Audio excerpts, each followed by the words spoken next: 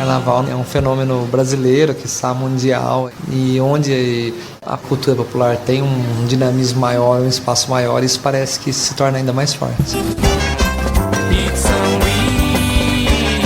E no final da noite saiu o grande bloco que todo mundo só falava, que era o tal do Encuca-Cuca. E aquilo me ganhou. Todos os carnavais daí pra frente eu passei aqui em São Luís. Foi o aio, nunca mais eu me distraí. Tinha uma hipótese que a reconstrução da cidade sólida, sadia, rápida, tem a ver com uma questão de identidade cultural. Vou contar só pra você, já separei a minha fantasia. Onde há criação artística de verdade, existe vanguarda. Peças raras. Olá, tudo bem? Eu sou o Marcelo Abud, seu podcaster radiofônico, e estou de volta com nossas peças raras de carnaval. Já é tradicional a gente colocar o bloco na rua nesse período, e hoje eu volto há 5 anos. Quando tive a oportunidade, ainda pelo NET Educação, que era o projeto que hoje é o Instituto Claro, ao produzir um podcast, de ir a São Luís do Paraitinga e conhecer um pouco mais da história do Carnaval luizense. Esta história, com muitos personagens, você confere ainda lá no acervo do Instituto Claro, procurando no Google Instituto Claro, São Luís do Paraitinga, você vai cair no podcast, especificamente no episódio Aprendizado do Carnaval. O que São Luís do Paraitinga tem? Lá você vai conferir então a cultura popular como um grande destaque. E é justamente este fator, o cultural, que trouxe à minha lembrança essa entrevista que eu vou compartilhar com vocês, que também foi capturada, foi colhida naquele momento, há 5 anos, em São Luís do Paraitinga. É uma entrevista com o carnavalesco e artista plástico Benito Campos, tradicional em São Luís do Paraitinga, e que comanda o bloco Juca Teles.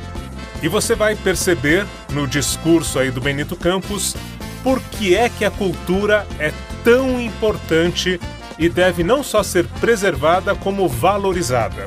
É graças à cultura que São Luís do Paraitinga se reergueu após um período de chuvas intensas em que a cidade praticamente sumiu do mapa.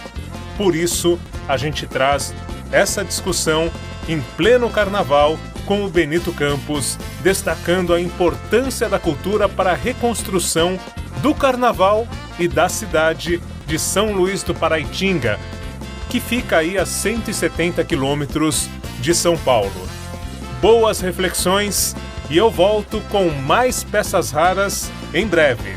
Estrambelhado eu sou.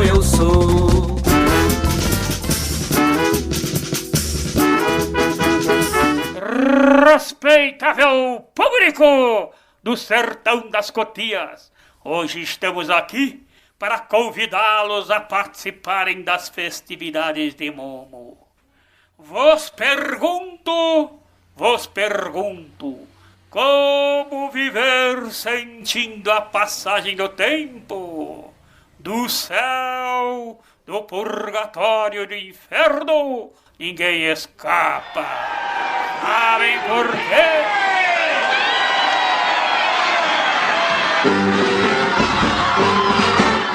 Porque hoje é carnaval.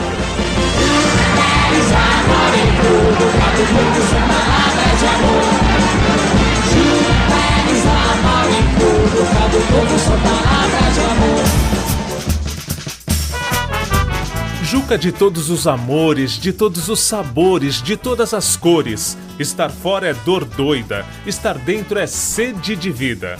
Desta forma, Neto Campos define o que é fazer parte do bloco Juca Teles do Sertão das Cotias. Para muitos luizenses, o Juca é o que melhor representa o ressurgimento do carnaval na cidade há pouco mais de 30 anos. Criado pelo carnavalesco e artista plástico Benito Campos, o bloco é uma homenagem festiva ao artista do povo Benedito de Souza Pinto, um oficial de justiça aposentado, falecido em 1962. Eu criei o bloco Juca Teles resgatando um poeta de rima de pé quebrado, que eu trouxe ele para mostrar às novas gerações a importância desse cara ao longo da vida dele, né? E eu trago como sendo ele uma síntese do espírito festivo do nosso povo. Atrás da banda desbundando na gandaia, vou eu festeiro o barco todo solto, todo traia. Carnaval, alforria de passar, grau meio-dia. Tem mulheres, loucos, bêbados, pobres, ricos, brancos, pretos, em regalia. O Juca, na verdade, era um oficial de justiça, cujo nome chamava-se Benedito de Souza Pinto, extremamente católico. Ele foi um coroinha, depois ele foi sacristão, teve um armazém de secos e molhados.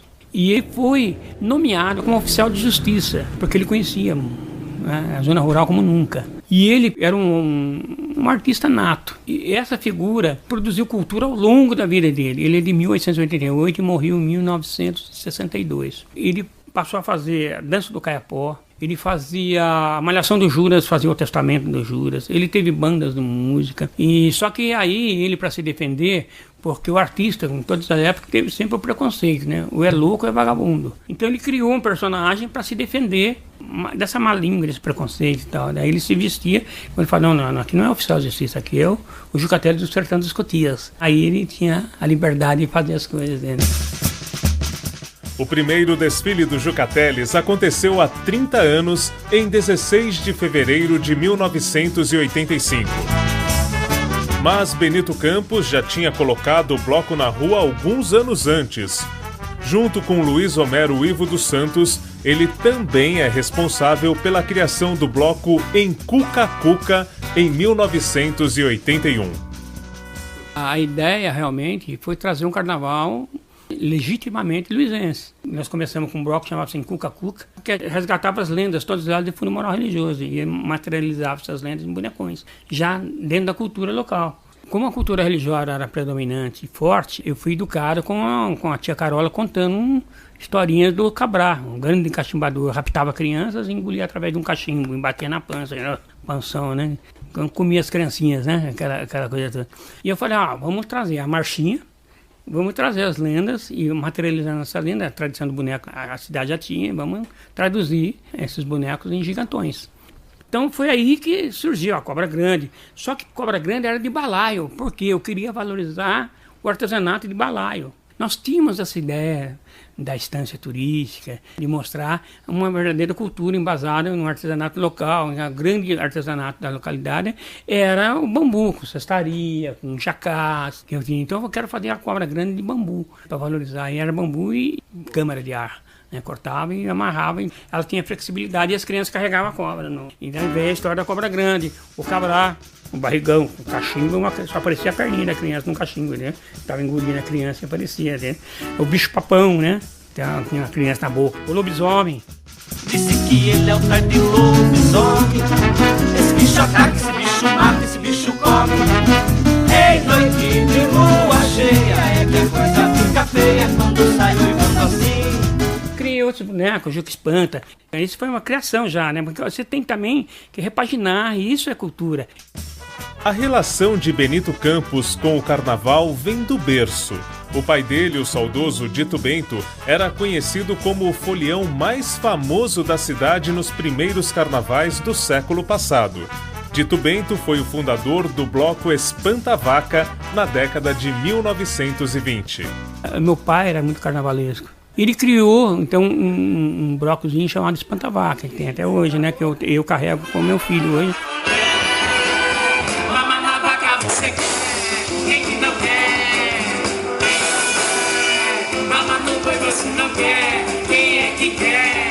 Mas, enfim, meu pai saía numa carroça, puxado por um cavalo, e ele tocava uma pequena concertina, e ele em cima da carroça, e as mulheres todas cercando a carroça, vestidas em vestido branco e uma flor vermelha na lapela. Isso na década de 20, 22, 23, na época, vamos dizer assim, moço dele, né? E ele depois bancava essa festa em um casarão, entendeu? Eles desfilavam e depois iam pra lá. Em 1912, chega a São Luís do Paraitinga o padre Inácio Joia, que mais tarde receberia o título de Monsenhor. Alguns relatam que, em seus sermões, o padre anunciava que os foliões poderiam ser castigados, já que o carnaval não era uma festa cristã.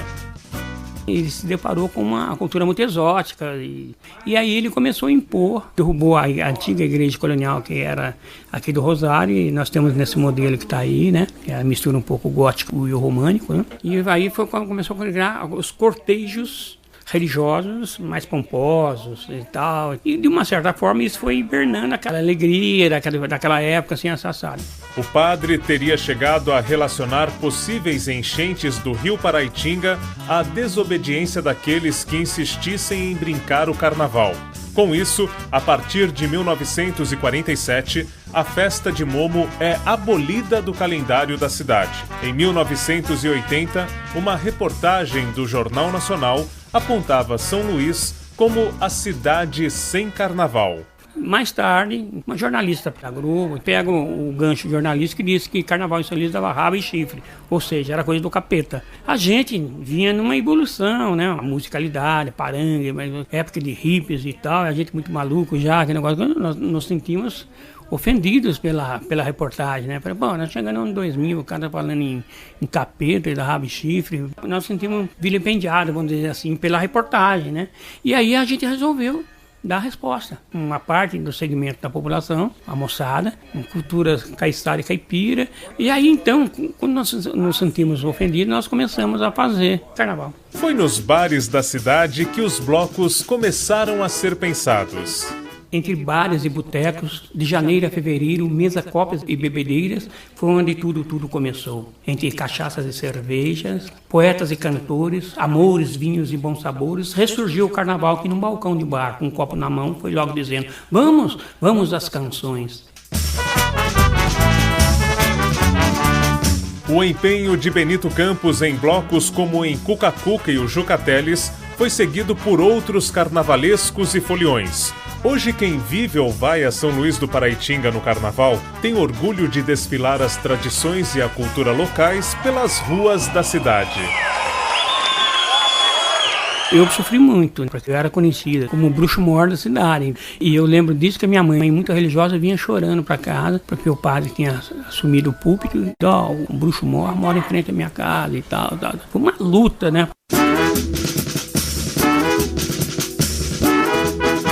Peças raras.